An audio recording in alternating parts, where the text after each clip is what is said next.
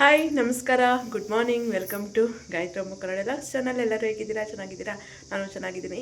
ಇವತ್ತು 9 ಗಂಟೆಗೆಲ್ಲ ರೆಡಿ ಆಗಿಬಿಟ್ಟಿದ್ದೀನಿ ಸ್ಕೂಲ್ಗೆ. ಇವತ್ತು ಲೇಟ್ ಆಗಬಾರ್ದು ಅಂತ ಅಂದ್ಬಿಟ್ಟು 9:50ಗೆ ಅಲ್ಲಿರೋಣ ಅಂತ ಅಂದ್ಕೊಂಡಿದ್ದೀನಿ.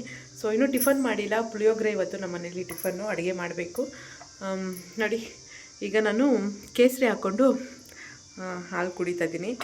ಸಕ್ಕರೆ ಹಾಕ್ತಾಯಿಲ್ಲ, ಬೆಲ್ಲ ಹಾಕ್ಕೊಂಡು ಮತ್ತು ಒಂದೆರಡು ಮೂರು ಕೇಸರಿ ಹಾಕಿ ಚೆನ್ನಾಗಿ ಕಲಿಸ್ಕೊಂಡು ಸೊ ಅಲ್ಲಿ ಕುಡಿಯೋಣ ಅಂತಿದ್ದೀನಿ. ಅದಾದಮೇಲೆ ಟಿಫನ್ ಮಾಡಿಬಿಟ್ಟು ಸೊ ಬೇಗ ಸ್ಕೂಲ್ಗೆ ಹೋಗಬೇಕು. ನಮ್ಮ ಮನೇಲಿ ದಿನ ಬೆಳಿಗ್ಗೆ ಸಾಯಂಕಾಲ ಪುಣ್ಯಕ್ಷೇತ್ರಗಳದ್ದು ಚಾನಲ್ ಬರುತ್ತೆ, ಭಕ್ತಿ ಟಿ ವಿ ಅಂತ. ಅದನ್ನು ಹಾಕ್ಬಿಡ್ತೀವಿ. ಲಲಿತಾ ಸಹಸ್ರನಾಮ ಎಲ್ಲ ಬರುತ್ತೆ. ಸೊ ಆಂಜನೇಯ ಸ್ವಾಮಿದು ಬರ್ತೈತಲ್ಲ ಟಿ ವಿಯಲ್ಲಿ, ಸೊ ಅದನ್ನು ನೋಡಿಕೊಂಡು ಹಾಲು ಕುಡಿತಾ ಇದ್ದೀನಿ. ಬೆಳಿಗ್ಗೆ ಎದ್ದಿದ ತಕ್ಷಣ ಏನಾದರೂ ತಿನ್ನಬೇಕು, ಏನಾದರೂ ಕುಡಿಬೇಕು, ಇಲ್ಲಾಂತಂದರೆ ಶುಗರ್ ಲೆವೆಲ್ ಜಾಸ್ತಿ ಆಗುತ್ತೆ.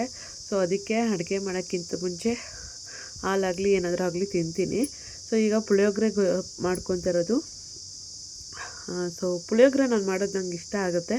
ಅದರಲ್ಲೂ ಕೂಡ ಒಣ ಕೊಬ್ಬರಿ ಹಾಕಿ ಮಾಡ್ತಿರೋದು ಇವತ್ತು. ಸೊ ಪುಳಿಯೋಗರೆಗೆ ಒಣ ಕೊಬ್ಬರಿ ಜಾಸ್ತಿ ಹಾಕಿದಷ್ಟು ಅದರ ಟೇಸ್ಟು ಚೆನ್ನಾಗಿರುತ್ತೆ. ಸೊ ಪುಳಿಯೋಗರೆ ಮಾಡಿಕೊಂಡು ಏನು ರೆಡಿ ಹಾಕಿದ್ದೀನಿ ಎಲ್ಲ. ಸೊ ಪುಳಿಯೋಗರೆ ಮಾಡ್ಕೊಂಬಿಟ್ಟು ಹಾಗೆ ಒಂದು 2-3 ರೀಲ್ಸು ಮಾಡಿದೆ. ಈಗ ನೋಡಿ ಪುಳಿಯೋಗರೆ ರೆಡಿ ಆಯಿತು. ಇದು ಕಣ್ಣ ಹಾಕಿ ಚೆನ್ನಾಗಿ ಕಲಿಸ್ಬಿಟ್ರೆ ಮುಗೀತು. ಸೊ ಇವತ್ತಿಂದ ಡ್ರೆಸ್ ಹಾಕ್ಕೊಳ್ಳೋಣ ಅಂತ ಅಂದ್ಕೊಂಡಿದ್ದೀನಿ. ಯಾಕಂದರೆ ಸ್ಯಾರಿ ಜಾಸ್ತಿ ಕ್ಯಾರಿ ಮಾಡೋಕ್ಕಾಗಲ್ಲ ನನಗೆ. ಸೊ ವಾಟರ್ ಬಾಟಲ್ ತೊಗೊಂಡೆ. ಹಾಗೆ ನೋಡಿ ನಾನು ವಾಚ್ ಹಾಕ್ಕೊಂಡಿದ್ದೀನಿ. ಫಸ್ಟ್ ಡೇ ವಾಚ್ ಹಾಕ್ಕೊಳ್ಳೋದೇ ಮರ್ತೋದೆ ಫ್ರೆಂಡ್ಸ್. ಇವಾಗ 9:50 ಕರೆಕ್ಟಾಗಿ ಸ್ಕೂಲ್ಗೆ ಹೋಗ್ತಾ ಇದ್ದೀನಿ. ನಮ್ಮೂರು ಬೇಡ, ನಾನು ನಡ್ಕೊಂಡು ಹೋಗ್ತೀನಿ ಅಂದರು, ಮತ್ತೆ ಕಾರಲ್ಲೇ ಬಿಡ್ತಾ ಇದ್ದಾರೆ. ನಾನು ಜಾಬ್ಗೆ ಹೋಗೋವರೆಗೂ ಬಿಡ್ಬೋದು. ಮಧ್ಯಾಹ್ನ ಬರ್ತೀನಿ, ಟಿಫನ್ ಬಾಕ್ಸ್ ಅದು ತೊಗೊಂಬರ್ತೀನಿ ಅಂತ ಹೇಳಿದ್ರು. ಬಾಕ್ಸ್ ಹಾಕ್ಕೊಂಡು ಹೋಗ್ತೀನಿ ಅಂತಂದರೆ ಸರಿ ಆಯಿತು ಅಂತ ಅಂದ್ಬಿಟ್ಟು. So second day school. ಮಕ್ಕಳೆಲ್ಲ ಬಂದಿದ್ದಾರೆ. ಸೊ ಮತ್ತೆ ಬಂದರು. ಸೊ ಸ್ಕೂಲ್ ಮುಗೀತು. ಇವಾಗ ಮನೆಗೆ ಹೋಗ್ತಾ ಇದ್ದೀನಿ. ಮಧ್ಯಾಹ್ನ ಆಯಿತು. ಬಿಸಿಲು ಜಾಸ್ತಿ ಇದೆ ಫ್ರೆಂಡ್ಸ್. ಸೊ ಇದು ನಮ್ಮೂರ ದೇವಸ್ಥಾನ, ಆಂಜನೇಯ ಸ್ವಾಮಿ ದೇವಸ್ಥಾನ. ಅವಾಗವಾಗ ಬರ್ತಾ ಇರ್ತೀವಿ ಶನಿವಾರ ಹೊತ್ತು. ಈ ನಡುವೆ ಬರೋಕ್ಕಾಗ್ತಾಯಿಲ್ಲ. ಅಪ್ಪ ಸೌತೆಕಾಯಿ, ಮೆಣಸಿನ್ಕಾಯಿ, ಕೊತ್ತಂಬರಿ ಎಲ್ಲ ಹಚ್ಕೊಟ್ಟಿದ್ರು. ಸೊ ನಾನು ತವೆ ಮಾಡಿಕೊಂಡೆ. ಆಮೇಲೆ ಹಾಗೆ ಅನ್ನಕ್ಕೂ ಇಟ್ಬಿಟ್ಟೆ. ಹಾಯ್ ಫ್ರೆಂಡ್ಸ್, ಮತ್ತೆ ಆಫ್ಟರ್ನೂನು ವ್ಲಾಗ್ ಕಂಟಿನ್ಯೂ ಮಾಡ್ತಾಯಿದ್ದೀನಿ. ಸೊ ಈಗ ನನ್ನ ಹಸ್ಬೆಂಡ್ ಕಾಲ್ ಮಾಡಿದ್ರು. ಮನೆಗೆ ಹೋದ ತಿಂದ ಅಂತ ಕೇಳಿದ್ರು. ಇನ್ನೂ ಅಡುಗೆ ಇವಾಗ ಮಾಡಿದ್ದೀನಿ, ತಿನ್ನಬೇಕು ಅಂತ ಹೇಳಿದೆ. ಸೊ ಬಂದಿದ ತಕ್ಷಣ ಅಡುಗೆ ಮಾಡಿದೆ. ಇನ್ನು ಸೋಮವಾರದಿಂದ ಬಾಕ್ಸ್ ತೊಗೊಂಡು ಹೋಗಬೇಕು. ಇವಾಗ ಮಧ್ಯಾಹ್ನಕ್ಕೆ ಬಿಡೋದ್ರಿಂದ ಸ್ವಲ್ಪ ರೆಸ್ಟ್ ತೊಗೊಬೋದು. ನನಗಂತೂ ನೆಗಡಿ ಹಿಡಿದ್ಬಿಟ್ಟಿದೆ ಫ್ರೆಂಡ್ಸ್. ತಲೆಭಾರ, ತಲೆನೋವು. ನನಗೆ ಕ್ಲಾಸಲ್ಲಿ ಕೂತ್ಕೊಳ್ಳೋಕ್ಕೆ ಆಗಲಿಲ್ಲ. ಅಕ್ಷಿ ಬರ್ತಾಯಿತ್ತು. ಸೊ ಇನ್ನೊಂದು ಸ್ವಲ್ಪ ದಿವಸ ಸೋಮವಾರವರೆಗೂ ಅಷ್ಟೊಂದೇನು ಕ್ಲಾಸಸ್ ತೊಗೊಳ್ಳೋದೇನು ಇಲ್ದಿರೋದ್ರಿಂದ ಹೆಂಗೋ ಮೇಂಟೈನ್ ಆಗ್ತಾಯಿದೆ. ನೆನ್ನೆ ಜ್ಯೂಸ್ ಕುಡಿದ್ನಲ್ಲ ನಾನು, ಅದೇ ಆರೆಂಜ್ ಅಂದರೆ ಮೂಸಂಬಿ ಜ್ಯೂಸು. ಸೊ ಅದು ಕುಡಿದ್ನಲ್ಲ, ಸೊ ಅದಕ್ಕೆ ನೆಗಡಿ ಬಂದುಬಿಟ್ಟಿದೆ. ಹಾಗೆ ಇವಾಗ ನೆನ್ನೆ ಎಲ್ಲ ಸ್ವಲ್ಪ ಬಿಸಿಲು ಕಮ್ಮಿ ಇತ್ತು. ಸೊ ನನಗೆ ಕ್ಲೈಮೇಟ್ ಈ ಥರ ಇದ್ದರೆ ಆಗೋದೇ ಇಲ್ಲ, ನೆಗಡಿ ಬಂದುಬಿಡುತ್ತೆ. ಸೊ ಇವಾಗ ಅದ್ರದ್ದೊಂದು ಬಾಧೆ ಆಗಿಬಿಟ್ಟಿದೆ.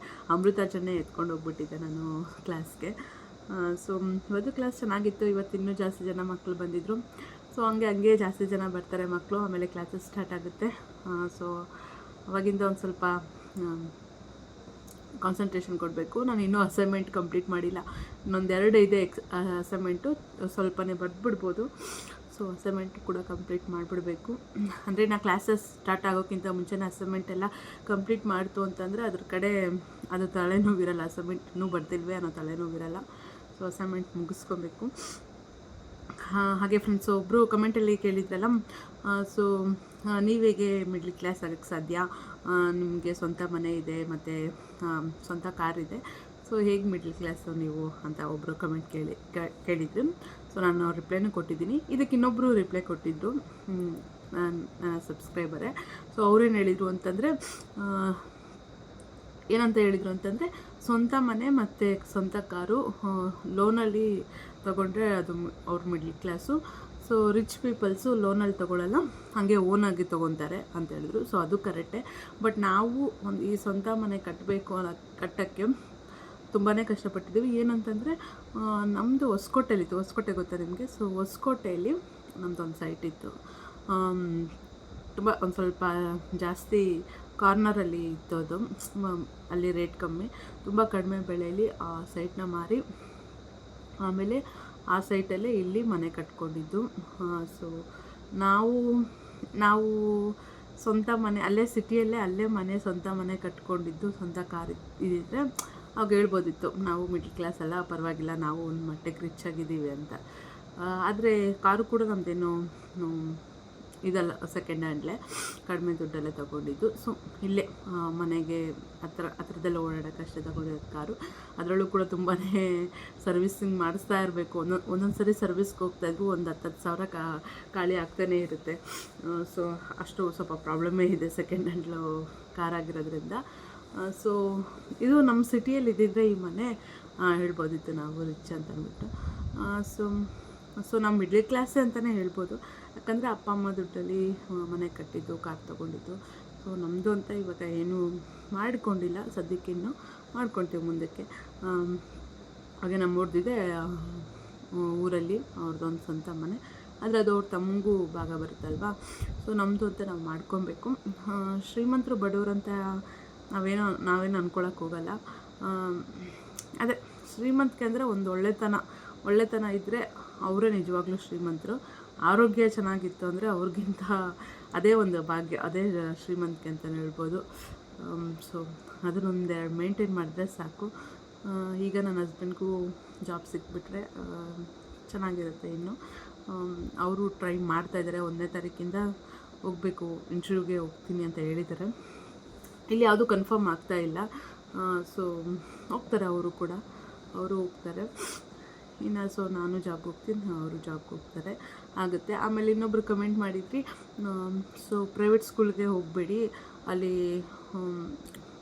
ಇದು ಕೊಡಲ್ಲ, ಕೂತ್ಕೊಳ್ಳೋಕ್ಕೆ ಅಲೋ ಮಾಡಲ್ಲ, ಆ ಥರ ಹೇಳಿದರೆ. ಮತ್ತು ಮೆಟರ್ನಿಟಿ ಲೀವ್ ಕೂಡ ಅಷ್ಟೇ. ನಮ್ಮ ಸ್ಕೂಲು ನನ್ನ ಹಸ್ಬೆಂಡ್ಗೆ ಅಲ್ಲಿ ಹೆಡ್ ಮಾಸ್ಟರ ನಮ್ಮವ್ರಿಗೆ ಚೆನ್ನಾಗಿ ಗೊತ್ತು. ಏನು ಅಂತಂದರೆ ನಮ್ಮ ದೊಡ್ಡ ಮಾವ ಇದ್ದಾರಲ್ಲ, ಅವರೆಲ್ಲ ಅವ್ರಿಗೆ ಸ್ಟೂಡೆಂಟು ಇವಾಗ ನಮ್ಮ ಸ್ಕೂಲಲ್ಲಿ ಮಾಸ್ಟ್ರುಗಳು ಇರೋದು. ಸೊ ಅವ್ರ ಸ್ಟೂಡೆಂಟೇ ಆಗಿರೋದ್ರಿಂದ ಯಾರು ಅಂತೆಲ್ಲ ಗೊತ್ತಾಯಿತು. ಚೆನ್ನಾಗಿ ಪರಿಚಯ ಇದೆ, ಸೀತಾಮತ್ತೆ ಅವರೆಲ್ಲ ಗೊತ್ತು ಅವ್ರಿಗೆ.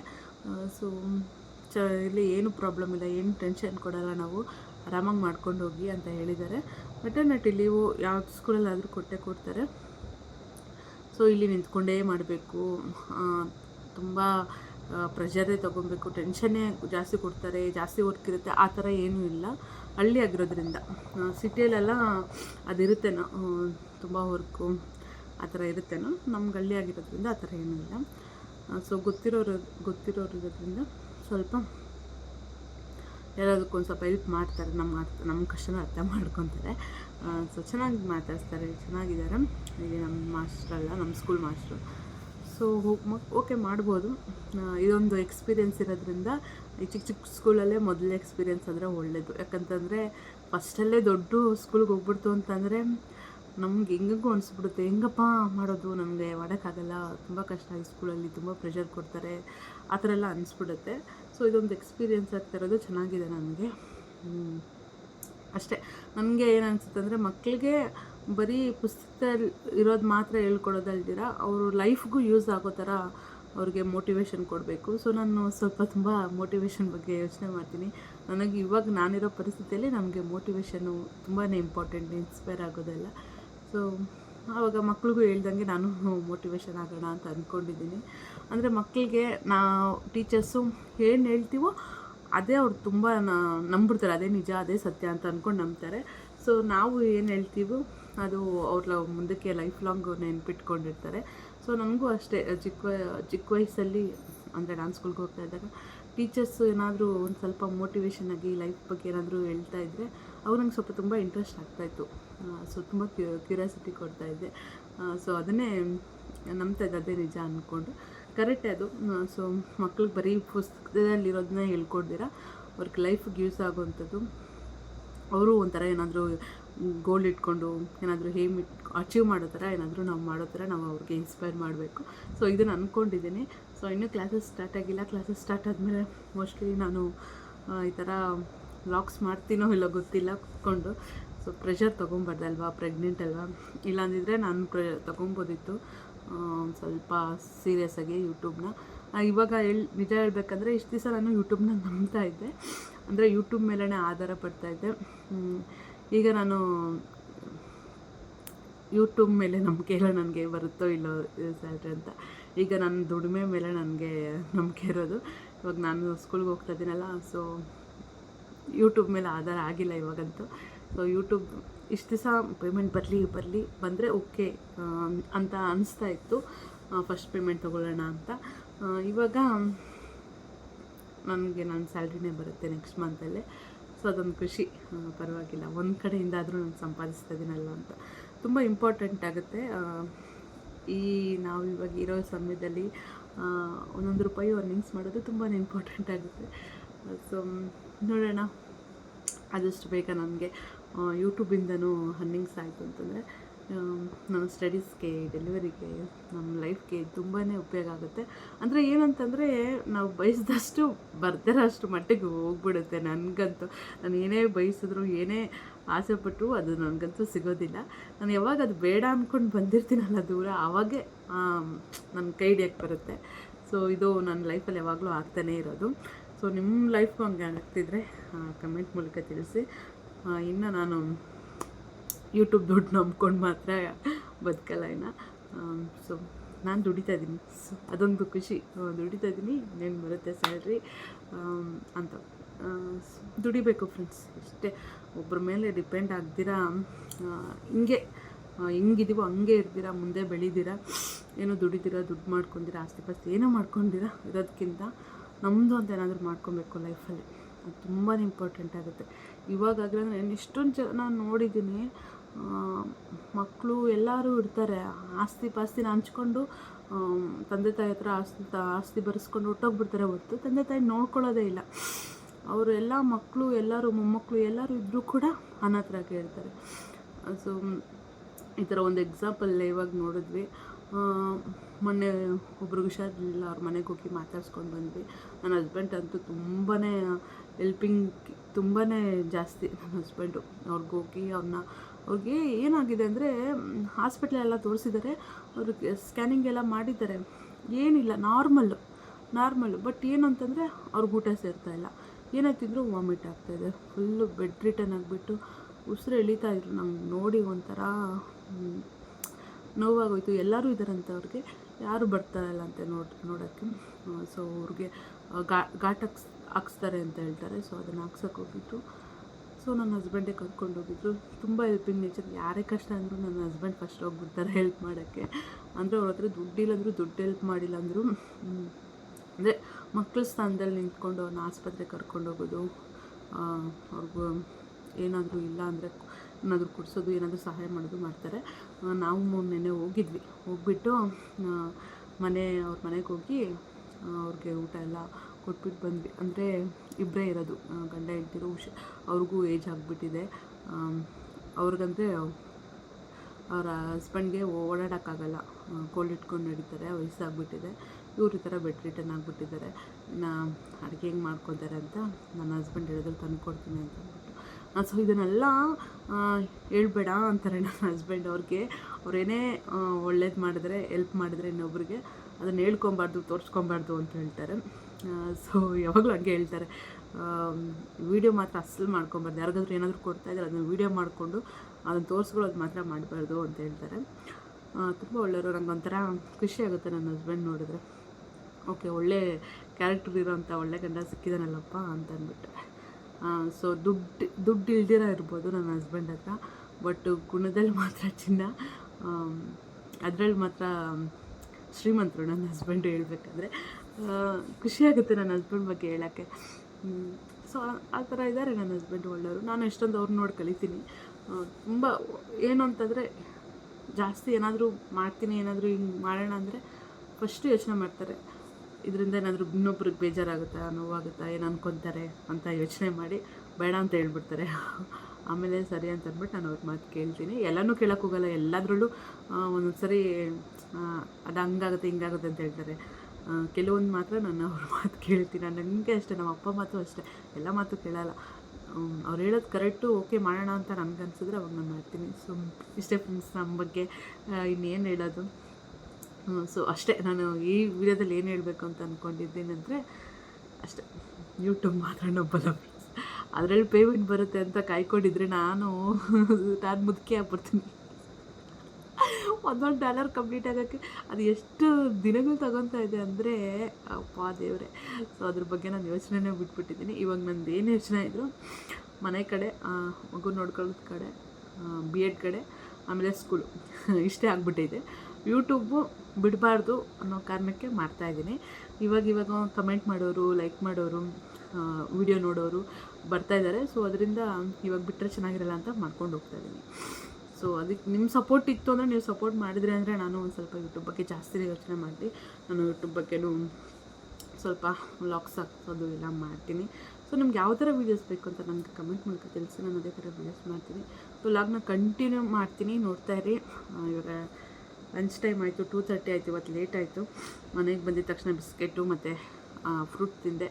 ಅದಕ್ಕೆ ಒಂದು ಸ್ವಲ್ಪ ತೊಳ್ಕೊಂಡಿದ್ದೀನಿ, ಇಲ್ಲಾಂದರೆ ಹಸುವಾಗ್ತಾಯಿತ್ತು. ಸೊ ಮತ್ತೆ ಸಿಗ್ತೀನಿ, ಹಾಗೆ ಕಂಟಿನ್ಯೂ ಮಾಡ್ತಾರೆ. ಸ್ಕಿಪ್ ಮಾಡಿದ್ರೆ, ಮಿಸ್ ಮಾಡಿದ್ರೆ ವೀಡಿಯೋ ಕೊಡ್ತೀನಿ ನೋಡಿ ಫ್ರೆಂಡ್ಸ್. 2:30ಗೆ ನನ್ನ ಲಂಚು, ಅನ್ನ ತವೆ, ಒಂಚೂರು ಉಪ್ಪಿನಕಾಯಿ ಜೊತೆ ಚೆನ್ನಾಗಿತ್ತು. ಸ್ಕೂಲಲ್ಲಿ ಏನು ಮಾಡ್ತಾಯಿದ್ದೆ? ಆಟ ಆಡ್ದ. ಆಮೇಲೆ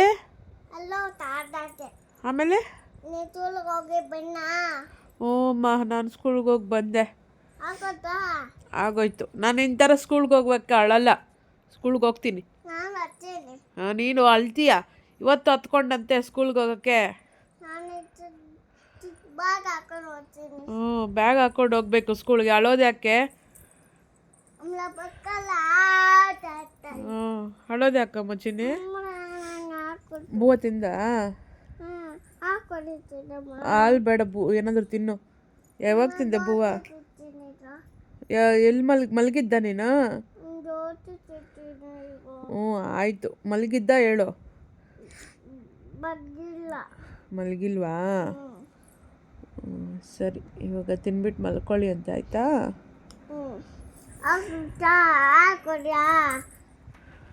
ಆಟ ಆಡ್ಕೊಂಡಿರು, ಮಲಗೋಕೆ ಹೋಗ್ಬೇಡ. ರಾತ್ರಿ ಒಂದೇ ಸರಿ ಮಲಗಿ ಅಂತೆ, ಆಯಿತಾ?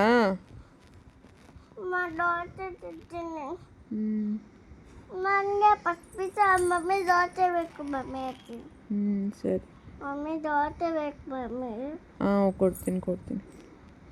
ಸೊ ಫ್ರೆಂಡ್ಸ್, ನಿದ್ದೆ ಮಾಡ್ತಾಯಿದ್ದಾರೆ ನನ್ನ ಹಸ್ಬೆಂಡ್. ಒಂದೇ ಸಮ ತಲೆನೋವು. ಪನ್ನೀರ್ ಮಾಡು ಅಂತ ಅವಾಗಿಂದ 3 ಸರಿ ಕಾಲ್ ಮಾಡಿದ್ದಾರೆ. ಇವಾಗ ಬಂದ್ಬಿಡ್ತೀನಿ, ಪನ್ನೀರ್ ಮಾಡು. ನಾನು ಬರೋಷ್ಟರಲ್ಲಿ ಪನ್ನೀರು ಫ್ರೈ ರೆಡಿ ಮಾಡಿರಬೇಕು ಅಂತ ಹೇಳ್ತಾಯಿದ್ದಾರೆ. ಅಯ್ಯೋ, ಮಲ್ಕೊಳಕ್ಕೆ ಬಿಟ್ಟು ನಂಗೆ ಬೇರೆ ತಲೆನೋವು ಹೋಗ್ತಾ ಇಲ್ಲ, ನೆಗಡಿ ಇದು ಮಾಡ್ತಾ ಇಲ್ಲ. ಒಂದು ಕಡೆ ನನ್ನ ಮಗಳು, ಒಂದು ಕಡೆ ನನ್ನ ಗಂಡ, ಇಬ್ಬರ ಹತ್ರ ಆಗ್ತಾ ಇಲ್ಲ. ನಿಂಗೇನು ಬೇಕಮ್ಮ? ನಮ್ಮವ್ರಿಗಂತೂ ನಾನು ಮಾಡೋ ಪನ್ನೀರ್ ಫ್ರೈ ಅಂದರೆ ತುಂಬ ಇಷ್ಟ. ಸೊ ಇವತ್ತು ಜಾಸ್ತಿ ಮಸಾಲೆ ಹಾಕ್ದಿರೋ ಸಿಂಪಲಾಗಿ ಮಾಡ್ತಾಯಿದ್ದೀನಿ. ಆಯಿಲು ಜಾಸ್ತಿ ಹಾಕಲ್ಲ. ಆಯಿಲ್ ಜಾಸ್ತಿ ಹಾಕಿದ್ರೆ ತುಂಬ ಕೊಲೆಸ್ಟ್ರಾಲ್ ಬರುತ್ತೆ, ವೆಯ್ಟ್ ಗೇನೆಲ್ಲ ಜಾಸ್ತಿ ಆಗುತ್ತೆ, ಇದರಿಂದ ಹಾರ್ಟ್ ಅಟ್ಯಾಕ್ ಎಲ್ಲ ಬರುತ್ತೆ. ಆಯಿಲ್ ಕಮ್ಮಿ ತಿನ್ನಿ. ಇಷ್ಟೊತ್ತು ಸೈಲೆಂಟ್ ಆಗಿದ್ಲ, ನೀವು ಬರ್ತಾ ಇದ್ದೀರ ಅಂದ ತಕ್ಷಣ ಅಳ್ತಾವಳೆ. ಇಷ್ಟೊತ್ತು ಸೈಲೆಂಟ್ ಆಗಿದ್ದಾಳೆ. ಎಲ್ಲಿ ನೀನು ಅಲ್ಕಿತ್ತ ಕಣಲ್ಲಿ?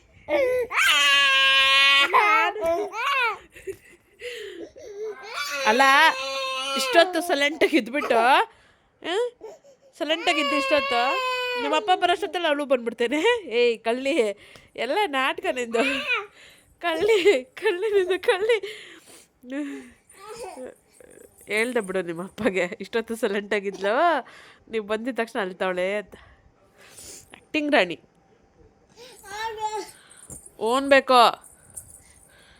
ಏನು ಬೇಕೋ?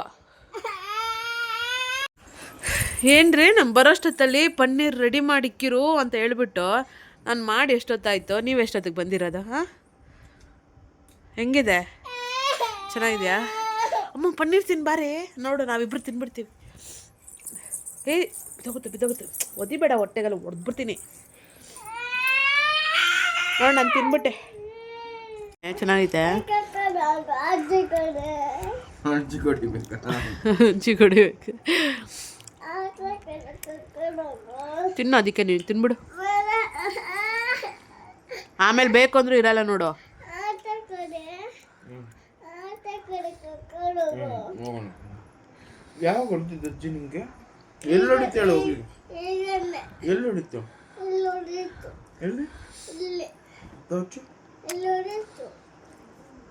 ಅಲ್ಲಿ ಹೊಡಿತಾ? ಯಾರು ಹೊಡಿತು? ಕಡ್ಡಿಲ್ಲ ಕೈಯಲ್ಲ? ಕೇಳ ಕೈಯಲ್ಲಿ ಹೊಡಿತಾ? ಆಟ ಮಾಡಕ್ಲ ಅಜ್ಜಿನ? ನೀನು ಕೇಳಿ ಹೊಡಿ. ನಾನು ಕೈಯಲ್ಲಿ ಹೊಡಿಲ್ಲ? ಕಡ್ಡಿಲ್ ಬೇಡ? ಕೇಳಿ ಹೊಡಿ. ಸರಿ ಹೊಡಿಯೋಣ.